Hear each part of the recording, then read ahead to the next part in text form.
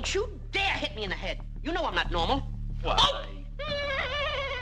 For over 70 years, the story of Curly Howard's tragic downfall has been a Hollywood legend.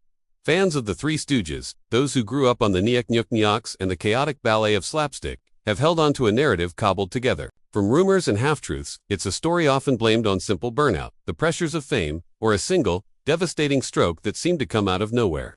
It's a convenient story, it's a simple story, and it's almost entirely wrong. The truth, buried for decades under the weight of studio silence and popular myth, is far more heartbreaking and complex. It's a story that modern medicine can now help us understand with chilling clarity.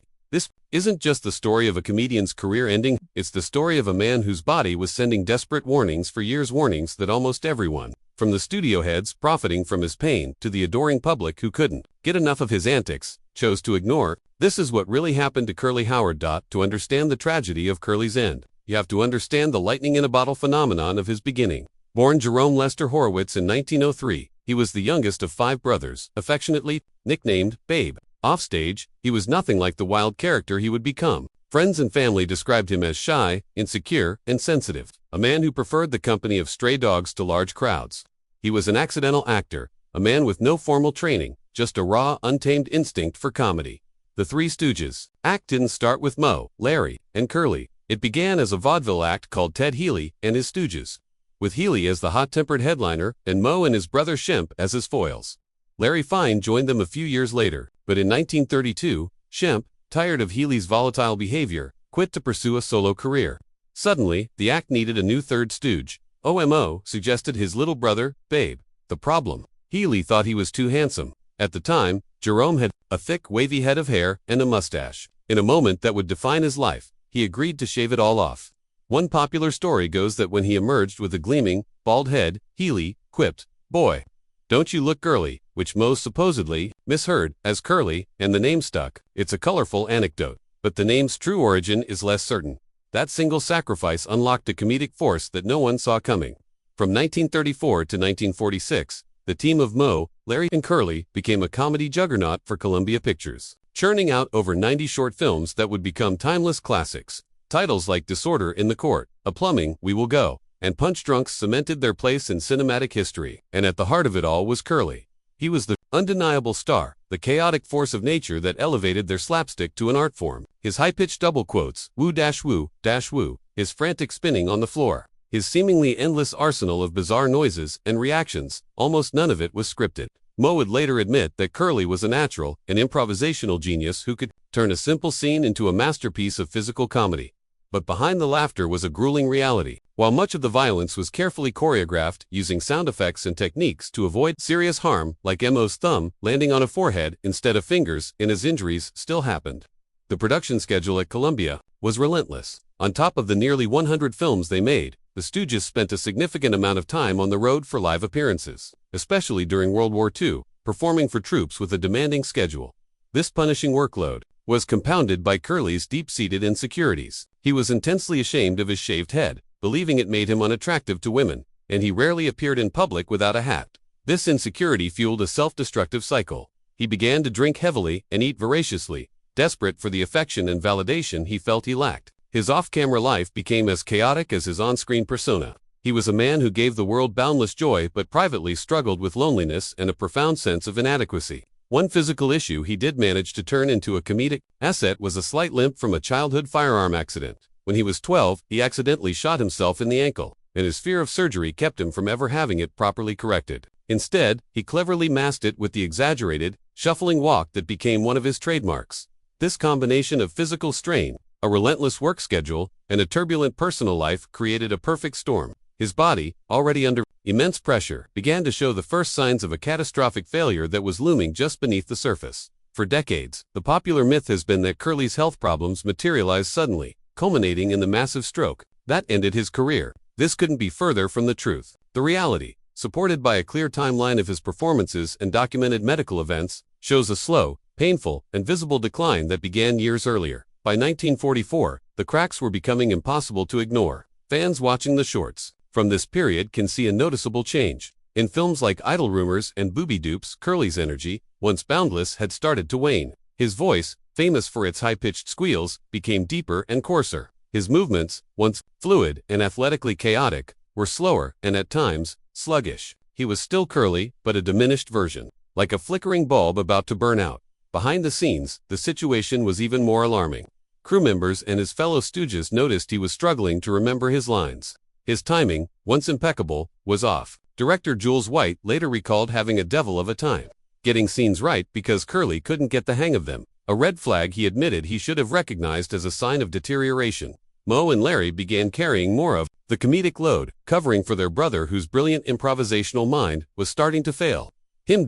In January 1945, the situation became critical. After finishing a film, Curly checked himself into the Cottage Hospital in Santa Barbara. The reported diagnosis was grim: extreme hypertension, a retinal hemorrhage, and obesity. A retinal hemorrhage meant his blood pressure was so dangerously high that it had burst a blood vessel in his aja, flashing red light from his body that it was at its breaking point. Doctors ordered him to rest, but the Hollywood machine had little time for rest.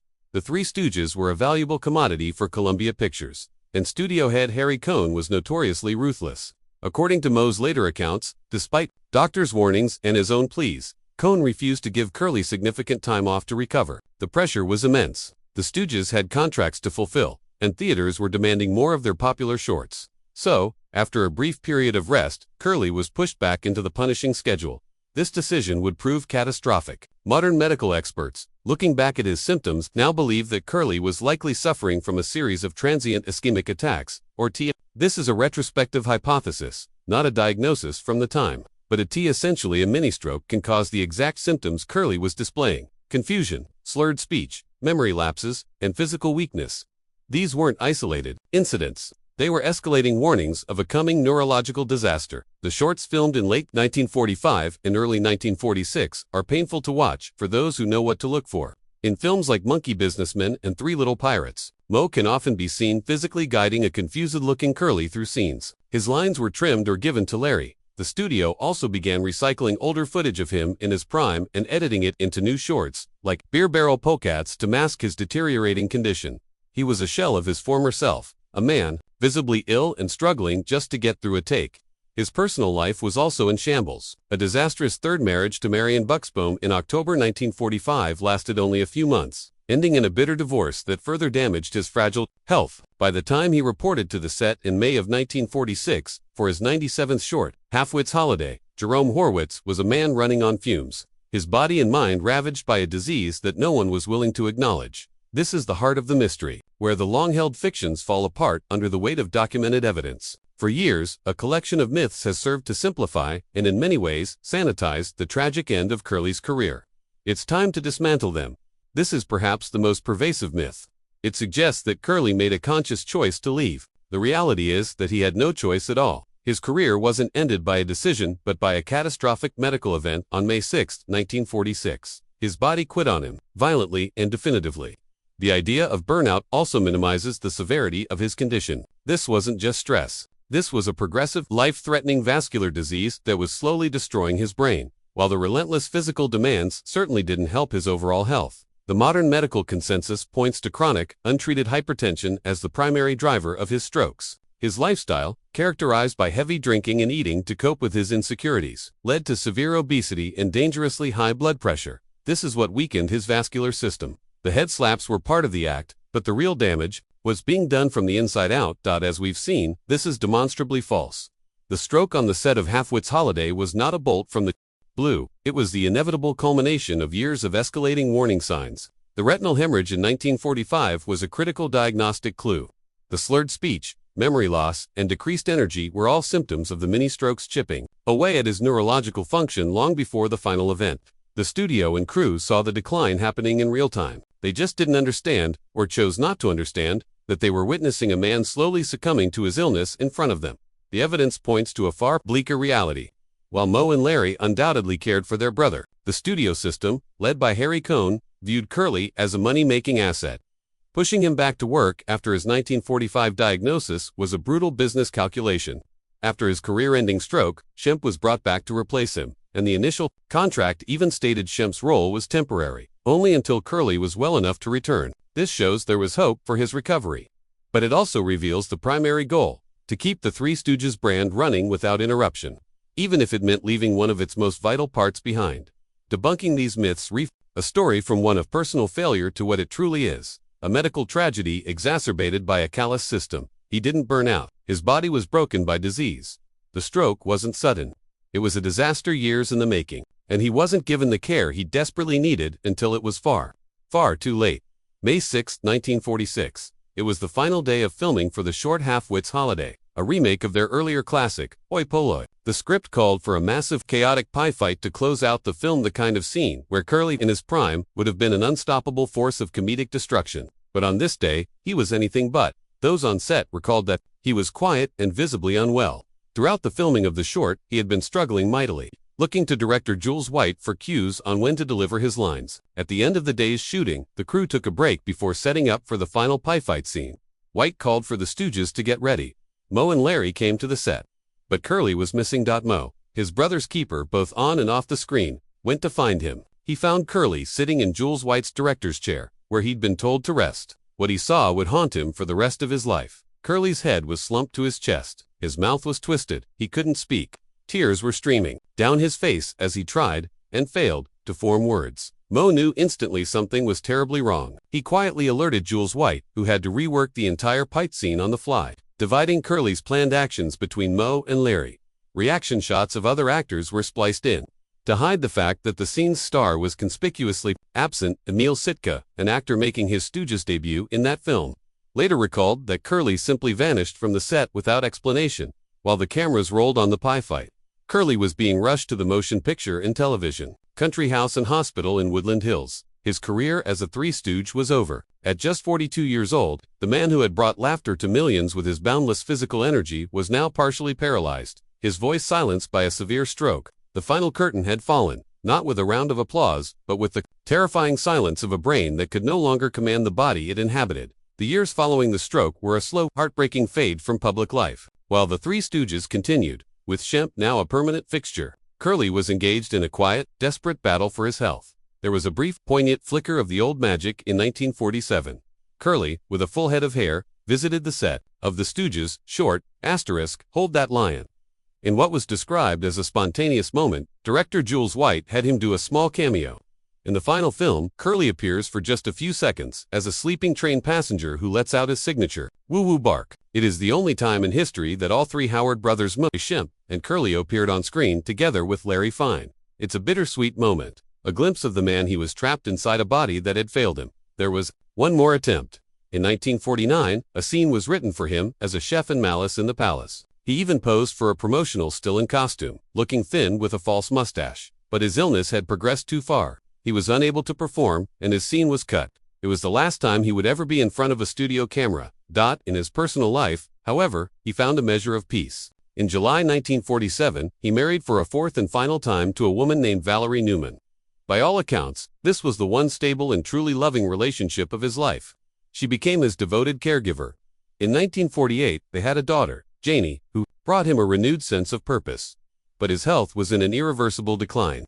In late 1948, he suffered another major stroke that left him partially paralyzed and largely confined to a wheelchair. His weight fluctuated, and he was put on a strict diet of boiled rice and apples to control his blood pressure. The last few years of his life were a tragic cycle of hospitalizations. In August 1950, he was admitted to the motion picture Country House. He was released after several months, but in February 1951, he entered a nursing home where he suffered yet another stroke. A month later, by December 1951, his mental deterioration had become so severe that the staff at his sanitarium suggested he be placed in a mental hospital. Moe adamantly refused. He relocated Curly to the Baldy View Sanitarium in San Gabriel. Communication. It became almost impossible. Moe recalled that by the end, his brother could only communicate by squeezing his hand or blinking his eyes. On January 18, 1952, Jerome Curly Howard died from a massive cerebral hemorrhage. He was only 48 years old. Curly Howard was given a Jewish funeral and buried at the Home of Peace Cemetery in East Los Angeles. The man who had created one of the most iconic comedic characters of all time, a character of pure, anarchic joy, was gone. The real mystery of Curly Howard, then, wasn't about a sudden burnout or a single stroke. The real mystery was how a man so visibly and seriously ill was allowed to continue working under the brutal demands of a studio system that prioritized profits over his well-being. It's a story of a system that saw the laughter but ignored the pain, a story of a disease that sent clear warnings that were tragically dismissed. his legacy is a paradox. On screen, he is a mortala, whirling dervish of pure ID, a master of physical comedy whose influence can still be seen today. He remains, for millions, the most beloved stooge. But the story of Jerome Horwitz, the shy, insecure man behind the Nyuk is a heartbreaking cautionary tale. It is the story of the steep price of fame, and of a man who gave the world so much laughter, even as his own body was silently, and then very loudly, screaming for help. The mystery is finally solved, not with a punchline, but with the profound and somber truth of a life cut short.